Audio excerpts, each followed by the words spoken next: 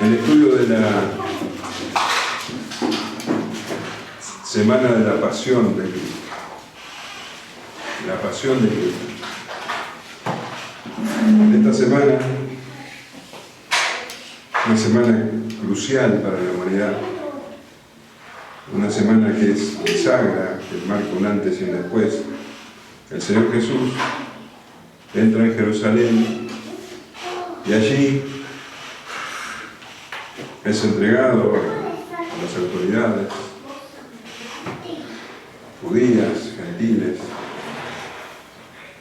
y es, bueno, humillado, muerto, y al tercer día Él resucita. Esto ocupa en el libro de Lucas, bueno, el final del capítulo 19 hasta el final del libro, del Evangelio, hasta el capítulo 24, donde el capítulo 24 habla de la resurrección y la ascensión del Señor. Y esta semana, te decía, es crucial. Y comienza con la entrada del Señor en Jerusalén. En las Biblias, el título que tiene este pasaje es la entrada triunfal en Jerusalén. Hoy vamos a estudiar esto. Un hecho tan trascendente que está registrado en los 4 evangelios y marca un punto sin retorno. El Señor se manifiesta definitivamente como el Mesías. Y Él entra a Jerusalén sabiendo que va a morir. Esta entrada marca el final del viaje, del último viaje del Señor. Ese viaje que comenzó en el capítulo 9, poco después de la transfiguración del Señor. Vos te acordás que el Señor se fue con 3 de sus discípulos, Pedro, Juan y Jacobo, al monte de la transfiguración, se llama. Y allí, bueno, ellos vieron su gloria, el Señor transfigurado, hablando con Moisés y con Elías sobre su partida, justamente, sobre esto que está ahora aconteciendo. Y para los discípulos que estaban ahí, esto era un motivo de gozo, de gloria nunca vista. Pero ese gozo pronto se transformaría en una gran confusión, porque el Señor les decía que debían ir a Jerusalén y que allí Él sería traicionado y que sería entregado y experimentaría el sufrimiento y la muerte. Leemos en el capítulo 9, versículo 44, poco después de la transfiguración. Haced, diciendo el Señor, haced que os penetren bien en los oídos estas palabras, porque acontecerá que el Hijo del Hombre será entregado en manos de hombres. Mas ellos no entendían estas palabras, pues les estaban veladas, para que no las entendiesen, y temían preguntarles sobre estas palabras. Porque fíjate que el Señor les dice con claridad, y ellos no lo entienden.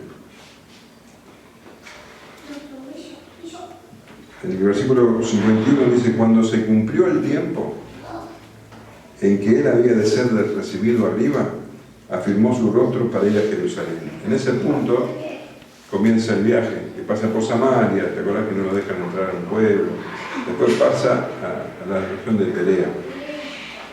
Y varias veces el Señor les repite, les vuelve a decir a sus discípulos lo que les espera en Jerusalén. En el capítulo 18, versículos 31 al 34, leemos, tomando Jesús a los 12, les dijo, he aquí, subimos a Jerusalén, y se cumplirán todas las cosas escritas por los profetas acerca del Hijo del Hombre, pues será entregado a los gentiles, y será encarnecido, y afrentado, y escupido, y después que le hayan azotado, le matarán, mas al tercer día resucitará. Pero ellos nada comprendieron de estas cosas, y esta palabra les era encubierta, y no entendían lo que se les decía. No entendían. Es tremendo porque el Señor se los dice con total claridad y ellos no lo entendían. ¿Por qué? Porque ellos habían crecido bajo la enseñanza de los maestros de Israel, que enseñaban que el Mesías, que anunciaban las Escrituras, iba a ser un gran guerrero que libraría al pueblo de Israel de la opresión romana. Pero el verdadero Mesías no tenía nada que ver con ese Mesías que era un invento popular, una idea que este Mesías iba a venir a liberar a la gente de sus problemas, por decirlo así, terrenales. No, la salvación que este Mesías iba a traer era mucho más profunda. Este Mesías venía a salvar a su pueblo de sus pecados, dice la Escritura. Este Mesías tenía más que ver con un siervo sufriente que con un rey en gloria como ellos esperaban. Un rey poderoso y guerrero, un rey que venía a librar al pueblo a sangre y espada. No era eso lo que el Señor en la profecía de Isaías se describe al siervo sufriente. Te la voy a leer en la nueva traducción viviente, Isaías 53. Dice: ¿quién ha creído nuestro mensaje? ¿A quién ha revelado el Señor su brazo poderoso?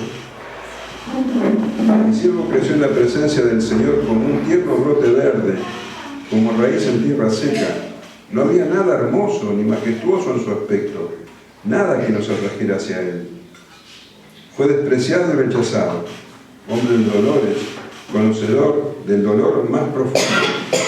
Nosotros le dimos la espalda y desviamos la mirada. Fue despreciado y no nos importó.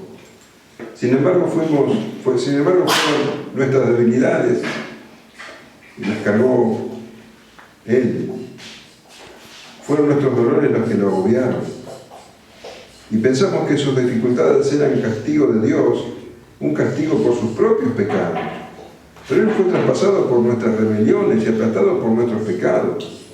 Fue golpeado para que nosotros estuviéramos en paz. Fue azotado para que pudiéramos ser sanados. Todos nosotros nos hemos extraviado como ovejas. Hemos dejado los caminos de Dios para seguir los nuestros.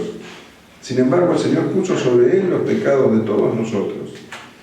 Fue oprimido y tratado con crueldad. Sin embargo, no dijo ni una sola palabra.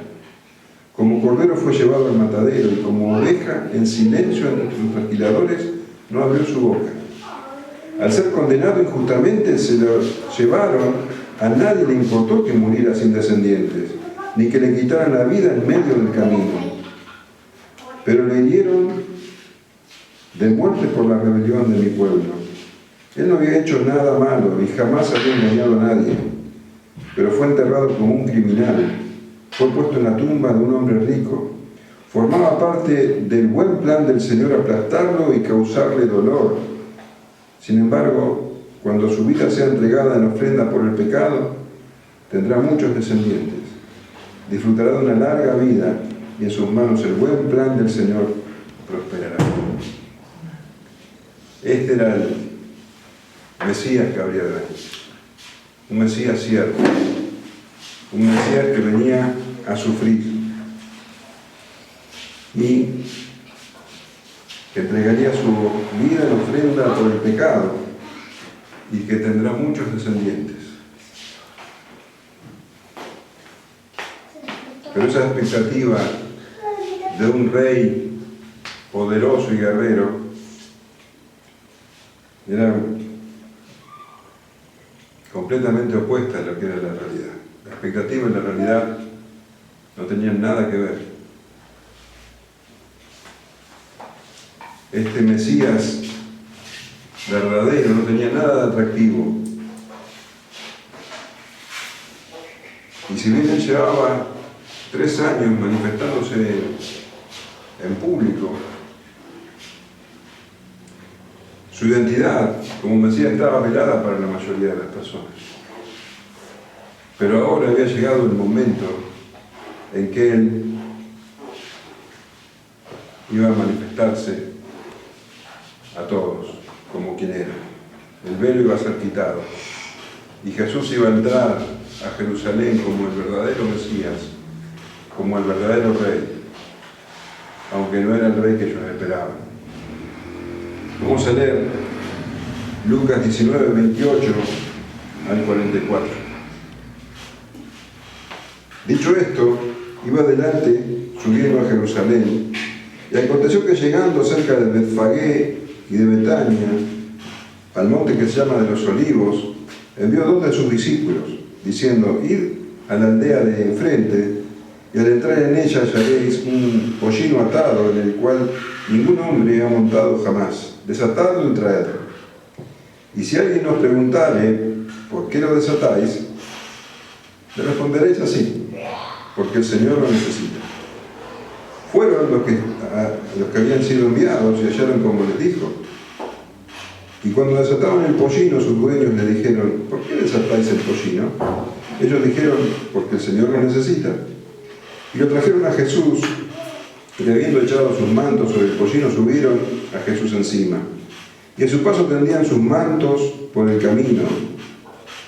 Cuando llegaba ya cerca de la bajada del monte de los Olivos, toda la multitud de los discípulos, gozándose, comenzó a alabar a Dios a grandes voces por todas las maravillas que habían visto, diciendo: bendito el Rey que viene en el nombre del Señor, paz en el cielo y gloria en las alturas.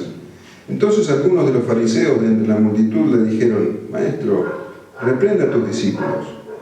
Él respondiendo les dijo: os digo que si estos callaran, las piedras clamarían. Y cuando llegó cerca de la ciudad, al verla, lloró sobre ella, diciendo: oh, si también tú conocieses, al menos en este tu día, lo que es para tu paz, mas ahora está encubierto de tus ojos.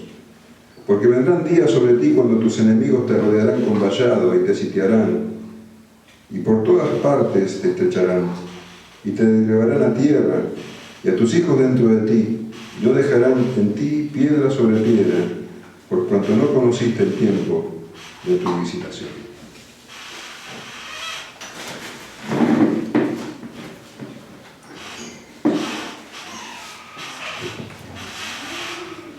Vamos a estudiar este pasaje y para entenderlo mejor vamos a dividirlo en 3 partes. En la preparación, la segunda parte es la alegría del pueblo o la falsa adoración. La tercera parte, el santo del Señor.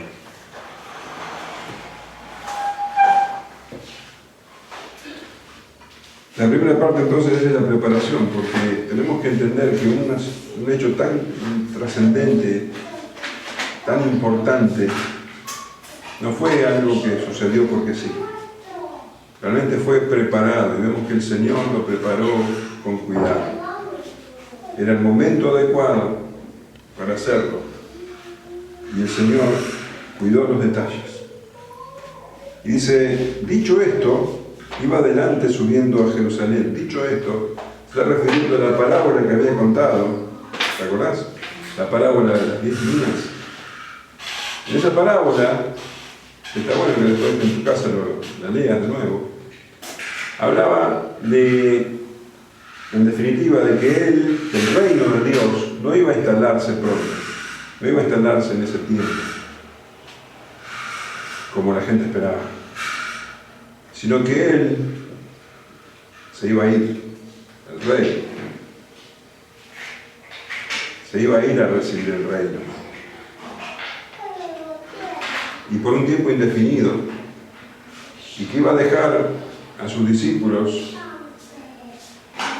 aquí en la tierra para que cumplan con sus responsabilidades, y que cuando Él volviera en gloria, esta vez como Rey de gloria, iba a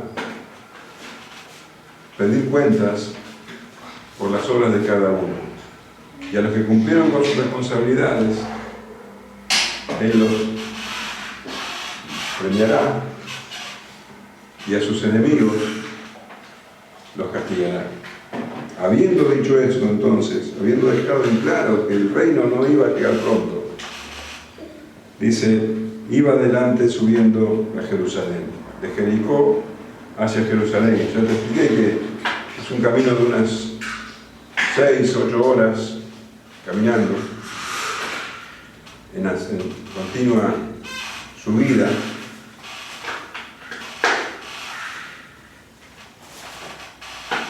Y el Señor sabía lo que allí le esperaba. El Señor sabía que estaba yendo hacia la muerte. De hecho, los fariseos y los sacerdotes habían ordenado capturarlo.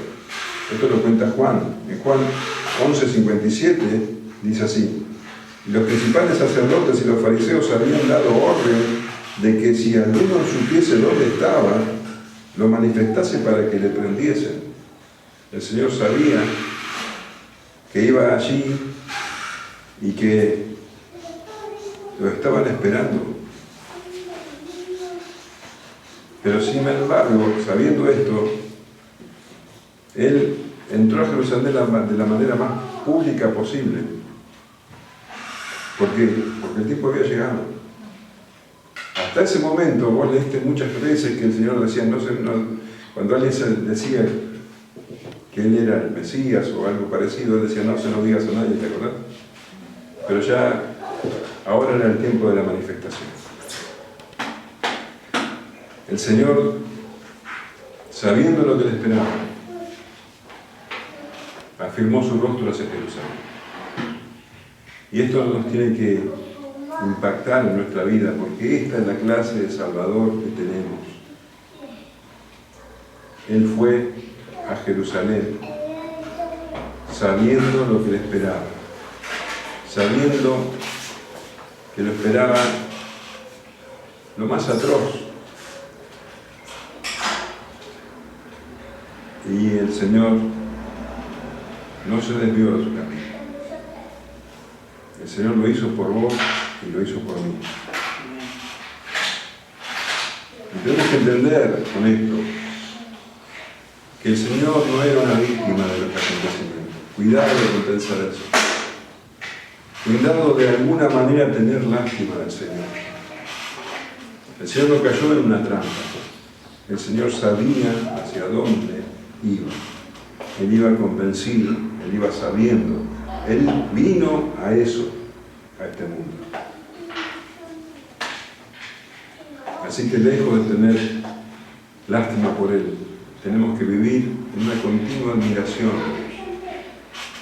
y que nuestra vida sea guiada por ese Salvador, siempre, como dice el autor de Hebreos, en el capítulo 12, versículos 1 y 2, dice, corramos con paciencia la carrera que tenemos por delante, puesto los ojos en Jesús, el autor y consumador de la fe, el cual por el gozo puesto delante de él, sufrió la cruz, menospreciando el oprobio, y se sentó a la diestra del trono de Dios. Esa es la clase de vida que tenemos que darle, ofrendarle a nuestro Señor. Vivir mirándolo a Él. Nuestra vida es el sacrificio vivo. Y dice que, bueno, dicho esto, iba adelante subiendo a Jerusalén, y aconteció que llegando cerca de Betfagé y de Betania, al monte que se llama de los Olivos, envió 2 de sus discípulos, diciendo, id a la aldea de enfrente, y al entrar en ella hallaréis un pollino atado, en el cual ningún hombre ha montado jamás. Desatado y traedlo. Y si alguien os preguntare, ¿por qué lo desatáis?, le responderéis así, porque el Señor lo necesita. Fueron los que habían sido enviados, y hallaron como les dijo. Y cuando desataban el pollino, sus dueños le dijeron, ¿por qué desatáis el pollino? Y ellos dijeron, porque el Señor lo necesita. Bueno, comparando los 4 evangelios, podemos hacernos un cuadro bastante detallado de ese camino desde Jericó hasta Jerusalén.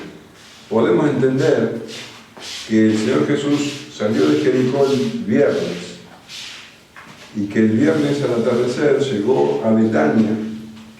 Betania era una aldea muy pequeña, dice que estaba a la ladera, en una de las laderas del Monte de los Olivos, a 3 kilómetros de Jerusalén, muy cerquita, 3 kilómetros.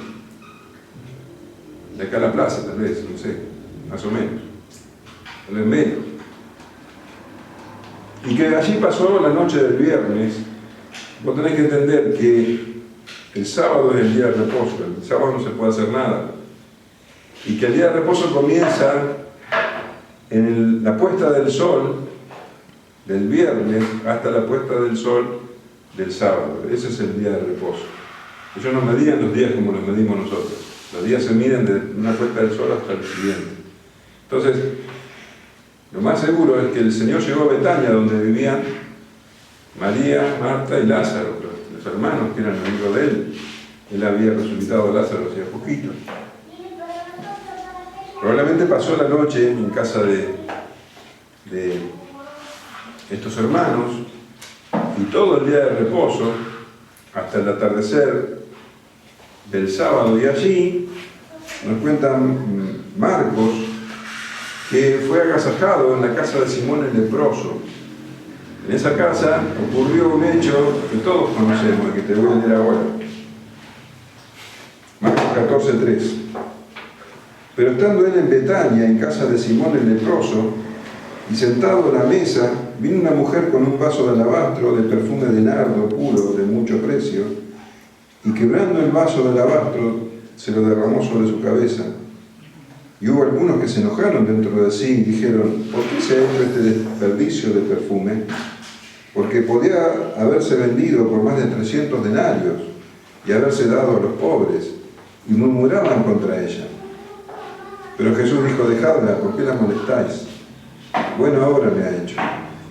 Siempre tendréis a los pobres con vosotros, y cuando queráis le podréis hacer bien, pero a mí no siempre me tendréis. Esta ha hecho lo que podía, porque se han disipado a ungir mi cuerpo para la sepultura. De cierto digo que donde quiera que se predique este evangelio en todo el mundo, también se contará lo que ésta ha hecho para memoria de ella. Esta mujer, sabemos por otros evangelios, por el evangelio de Juan, por ejemplo, que es María, hermana de Marta y Lázaro. Y que el que se quejó, ¿quién era? Judas. Bueno, todo esto ocurrió entonces en la noche del sábado.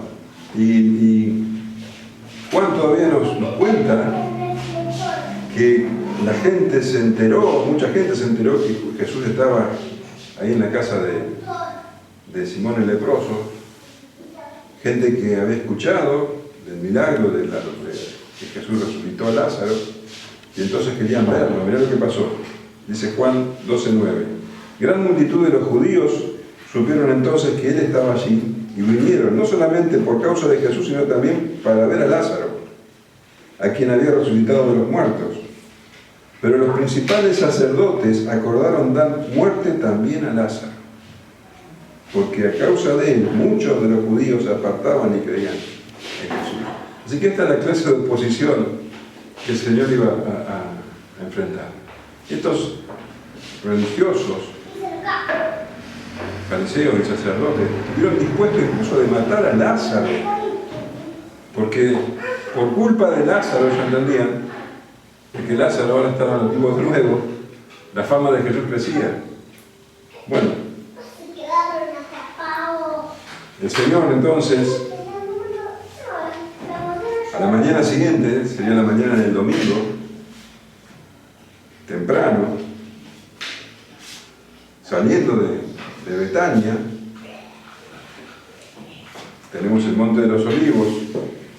En una ladera estaba Betania, probablemente en la otra ladera estaba Betfagé, otra aldea muy pequeñita.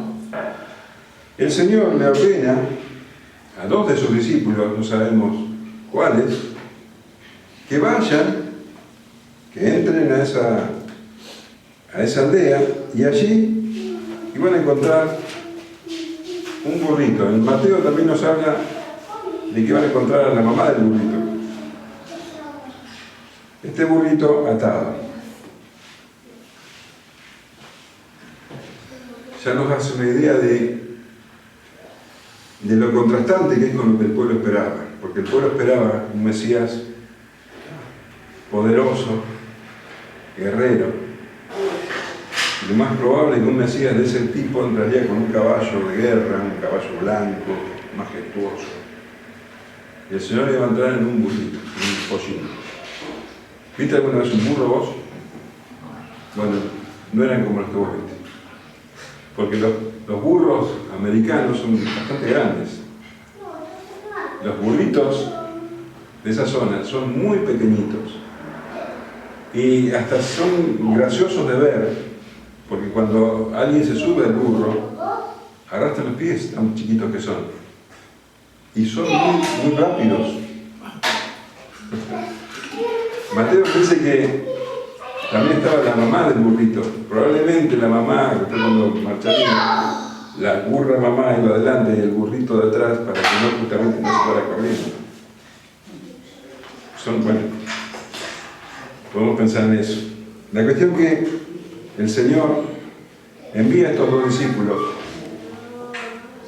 a buscar a este burro. Y tenemos acá un ejemplo claro de la omnisciencia del Señor. Jesús, siendo ese hombre humilde, es Dios. Jesús es Dios. Y vemos que Él envió a estos discípulos y le dijo que hallarían atado a un pollino allí. El Señor, ¿cómo sabía eso? No había hecho ningún tipo de arreglo con nadie, nunca había estado detrás de Pagué, no hay ningún registro de eso. El Señor sabía que iba a estar este burrito atado. El Señor sabía que ese burrito nunca había sido montado. Y también sabía la reacción de los dueños.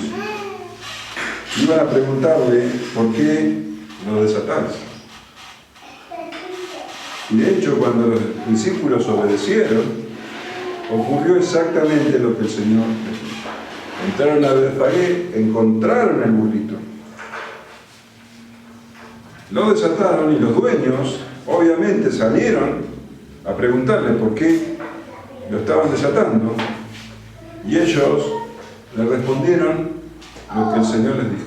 Porque el Señor los necesita. Marcos 11:6 dice, entonces ellos le dijeron como Jesús había mandado y los dejaron. Es notable que los dueños del burrito le dicen el Señor los necesita y ellos se los dan. Y esto nos muestra algo maravilloso, que el Señor tiene discípulos anónimos en todos lados. Siempre hay un discípulo del Señor. Vemos que el Señor fue recibido en casas. Ahora estos hombres, estos dueños de este burrito que solo necesitaron que los discípulos dijeran el Señor necesita y nada más. No pusieron ninguna resistencia.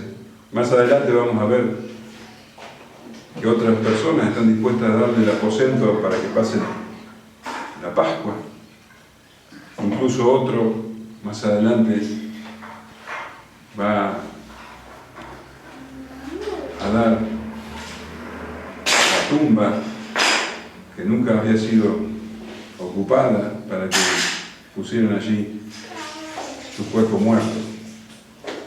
Siempre hay un discípulo de Cristo. Aunque no sean famosos, no sean visibles. Gente que solamente tiene que escuchar, el Señor lo necesita para hacer lo que tiene que hacer. Esa es la iglesia invisible.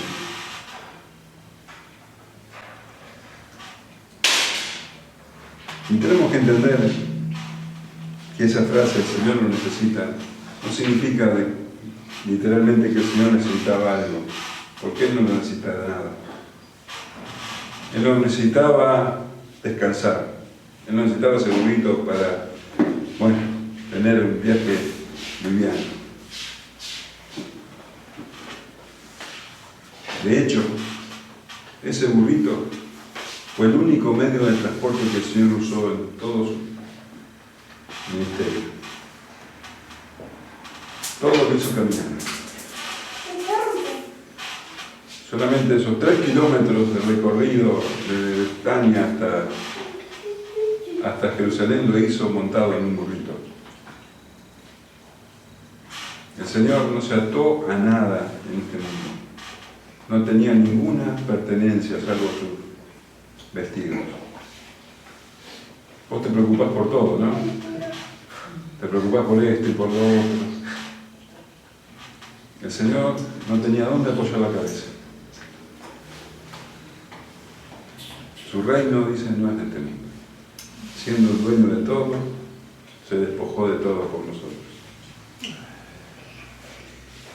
Pero, dice, el Señor los necesita, y Mateo nos explica qué significa eso.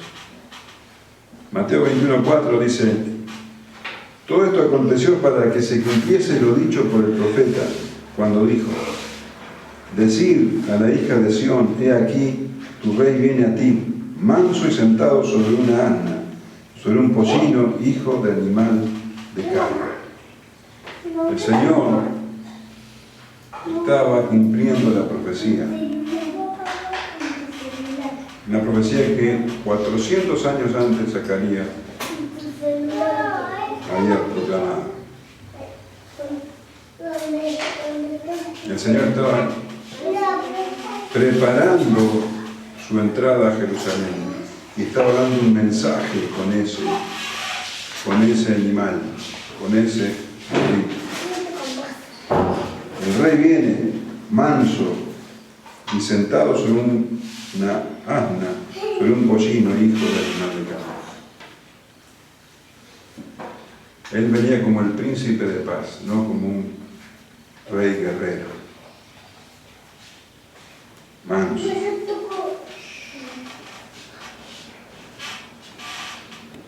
Llegará el tiempo en que el Señor vuelva en gloria.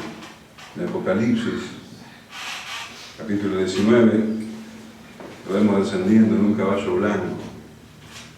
Y en su muslo lleva escrito las palabras Rey de Reyes y Señor de Señores.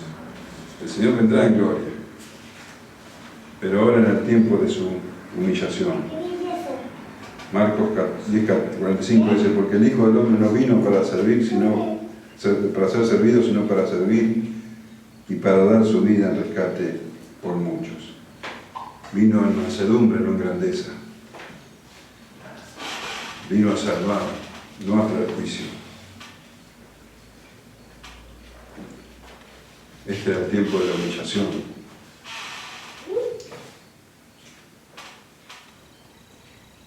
Y lo trajeron a Jesús, y habiendo echado sus mantos sobre el pollino, subieron a Jesús encima, y a su paso tendían sus mantos por el camino.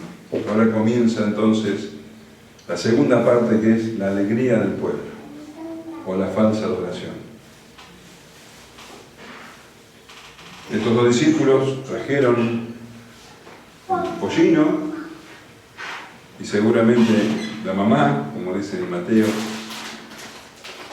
y dice que los discípulos, los 12, pusieron sus mantos, sus ropas, sobre el pollino para hacer una silla al Señor, para que Él se sentara arriba. Y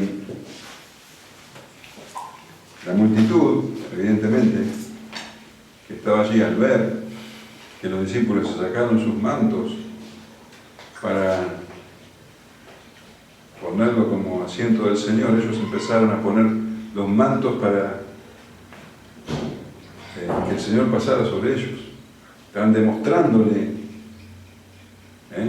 su amor, su alabanza, su entusiasmo. Cuando llegaban ya cerca de la bajada del Monte de los Olivos, toda la multitud de los discípulos gozándose comenzó a alabar a Dios a grandes voces por todas las maravillas que habían visto, diciendo: bendito el Rey que viene en el nombre del Señor, paz en el cielo y gloria en las alturas. Tenemos una multitud numerosa. Estaban los que venían con el Señor, que ponían sus mantos a su paso, y había gente que salía de Jerusalén. Juan lo describe así, Juan 12:12. El siguiente día, grandes multitudes que habían venido a la fiesta al oír que Jesús venía a Jerusalén, tomaron ramas de palmera y salieron a recibirlo y clamaban: Hosana, bendito el que viene en el nombre del Señor, el Rey de Israel. El versículo 17 dice: y daba testimonio de la gente que estaba con él cuando llamó a Lázaro del sepulcro y le resucitó de los muertos, por lo cual también había venido la gente a recibirle, porque había oído que él había hecho esta señal. Y el versículo 19 dice: pero los fariseos dijeron entre sí: ya veis que no conseguís nada, mirad, el mundo se va tras él. O sea que estaban los que venían con él, que echaban los mantos a su paso. Estaban los que salieron de Jerusalén, que habían escuchado de sus milagros y que dicen que sacaban las ramas de las palmeras y también las ponían a su paso. Y que la fama del Señor por los milagros que había hecho, la resurrección de Lázaro, hace un poquito, unos días atrás, había sanado al ciego, a Bartimeo. Todas estas cosas hacían que la multitud quisiera verlo. ¿Quién era el que había hecho semejantes hazañas? Si esta persona había logrado resucitar a un muerto, ¿cómo no iba a poder liberar a Israel de la opresión romana? Y los que estaban enojadísimos eran los fariseos, porque decían: no, todo lo que hacemos se nos viene en contra, el mundo entero se va tras él. O sea, imagínate la multitud. Se calcula que en Jerusalén, en la época de Pascua, se reunían 2 millones de personas. Así que los cálculos de los estudiosos es que Jesús estaba siendo recibido por al menos 100.000 personas. Una multitud enorme. Estaba, exaltada, feliz, porque venía el Rey. Dice que gritaban: bendito el Rey que viene en el nombre del Señor. Estaban diciendo: este es el Rey, este es el Mesías, el que anunciaban los salmos, el que anunciaban las Escrituras. Y dice que también gritaban: paz en el cielo, gloria en las alturas. Ellos consideraban que en el cielo no podía haber paz porque Jerusalén estaba bajo el dominio romano. Pero ahora que venía el Rey a libertar a Roma, a libertar a Israel, iba a poder tener paz en el cielo, gloria en las alturas. Vos fíjate la idea que tenían ellos sobre esta entrada. Bueno, los fariseos estaban muy molestos. Dice: entonces algunos de los fariseos de entre la multitud le dijeron: maestro, reprende a tus discípulos. Él respondiendo les dijo: os digo que si estos callaran, las piedras clamarían. Veían que todo el mundo se iba atrás del Señor. Todos sus esfuerzos eran vanos. Y no atreviéndose a ellos a reprender a la multitud, le dicen a Jesús que lo haga, que los reprenda, que los eche.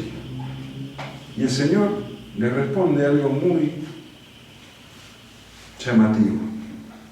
Les dice: os digo que si estos callaran, las piedras clamarían. El Señor no estaba participando de esa algarabía. El Señor no estaba feliz, todo lo contrario.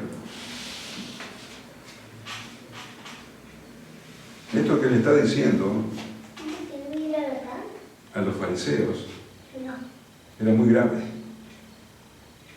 El Señor nos está diciendo: si ellos se callaran ahora, las piedras clamarían las piedras alabarían a Dios. No está diciendo eso. Lo que está diciendo es que eso iba a ocurrir. Esa multitud pronto iba a callar. Esa multitud que tanto lo alababa ahora, pronto iba a callar.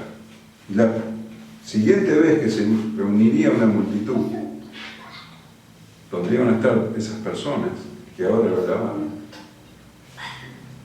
iba a ser para gritar crucifíquenlo. El Señor está diciendo,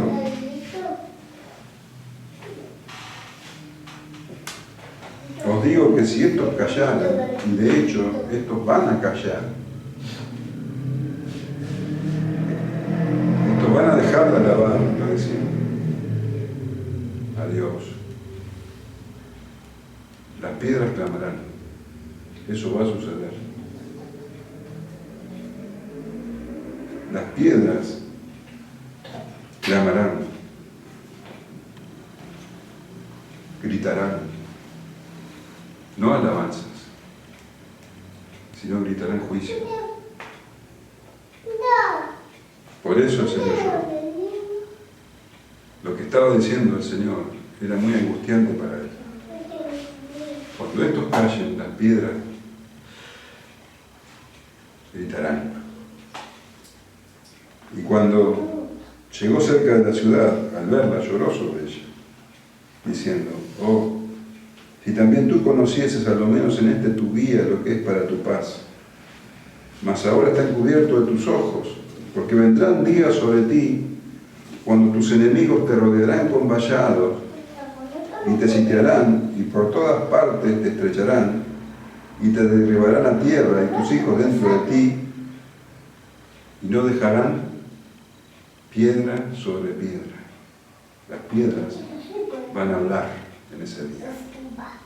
Las piedras van a mostrar el juicio de Dios en ese día. Por cuanto no conociste el tiempo de tu visitación. Y dice que cuando la ciudad estaba ya a la vista, el Señor lloró. Y ojo que no estaba diciendo que se le cayeron lágrimas. La palabra traducida como lloró está hablando de un llanto profundo, agónico, angustiante, que provenía de lo más profundo de él. Lloró por esa gente que ahora estaba alabando de manera superficial, falsa, hipócrita, que lo estaban nombrando Mesías y Rey, según sus propias ideas. Lloró porque sabía que inevitablemente caería el juicio sobre ellos. Oh, si también tú conocieses a lo menos en este tu día lo que es para tu paz.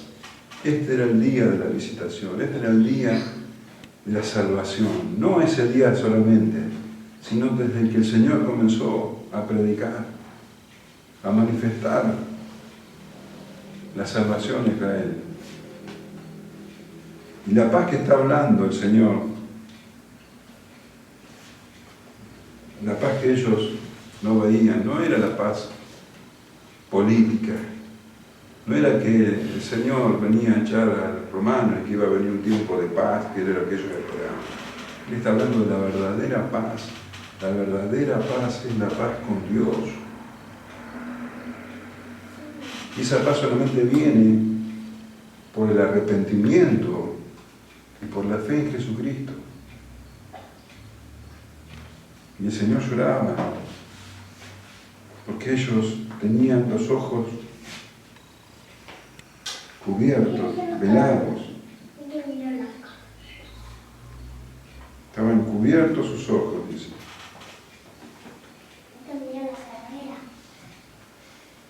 Y el Señor dice, vendrán días sobre ti, vendrán. Es un hecho. Lloraba porque vendrían días de juicio.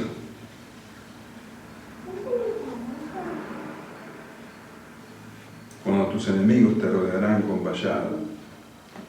Esto sucedió 40 años después, en el año 70 después de Cristo. El ejército romano entró a Jerusalén porque había una revuelta de judíos y los romanos sitiaron Jerusalén, no permitieron que nadie entre ni salga. Y las crónicas de ese tiempo hablan de cosas horribles que sucedieron allí por el hambre.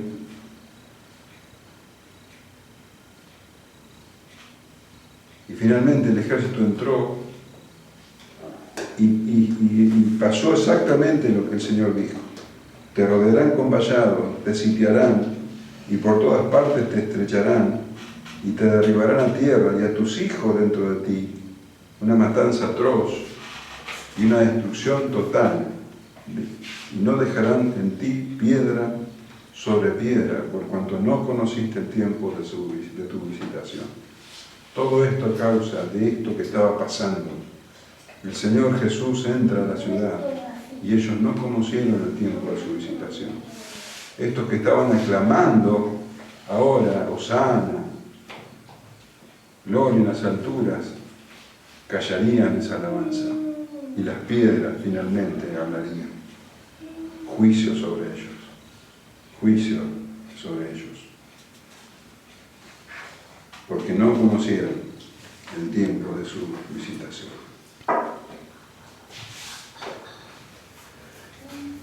Juan 1:10 dice, en el mundo estaba y el mundo por él fue hecho, pero el mundo no le conoció.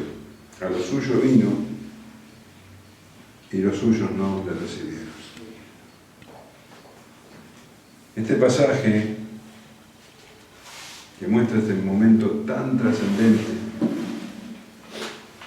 cuando el Señor se manifiesta como el Mesías, el Rey sufriente, el siervo, nos demuestra que es posible adorar sin conocer a Dios. Es posible entusiasmarse y decir hermosas palabras, pero esa adoración, por más emocional que sea, es falsa. La gente decía que él era el Mesías, era el Cristo, y tenían razón, que era el Rey, y tenían razón. Los fariseos no, los fariseos negaban eso, y estaban equivocados. Pero esta gente que decía que él era el Mesías, el Cristo, el Rey, estaban errando también, porque estaban adorando a un Rey que no era Jesús. Era un Rey que ellos habían fabricado, un Mesías que ellos se habían fabricado. Al verdadero Rey, al verdadero Mesías los despreciaban. Esa gente que estaba adorando de manera emocional, entusiasmados, eran tan enemigos de Dios como los fariseos. Y a ellos le cabe la misma condenación. Qué dolor cuando vemos tanta adoración falsa hoy día.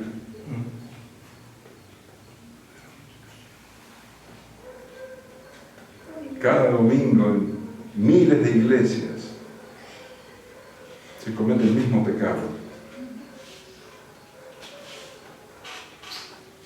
Por eso tenemos que cuidar mucho el evangelio que proclamamos. La multitud aclamaba a Jesús y él lloraba, porque sabía que el juicio caería sobre ellos. Cuidado con adorar a Dios de manera equivocada. Muchos parecen ser cristianos, pero son enemigos de Dios. Y cuando esa gente que se fabrica un Cristo a su forma, a su sus ideas, se empiezan a dar cuenta de que no es Jesús lo que ellos esperan, tarde o temprano se unen a la multitud que grita: crucifíquenlo, crucifíquenlo.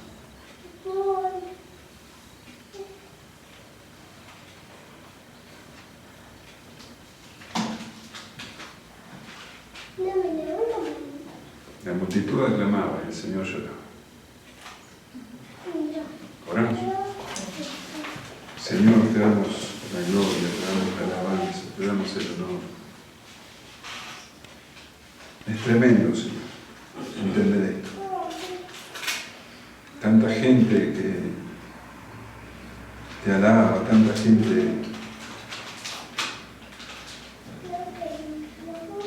que declara tu nombre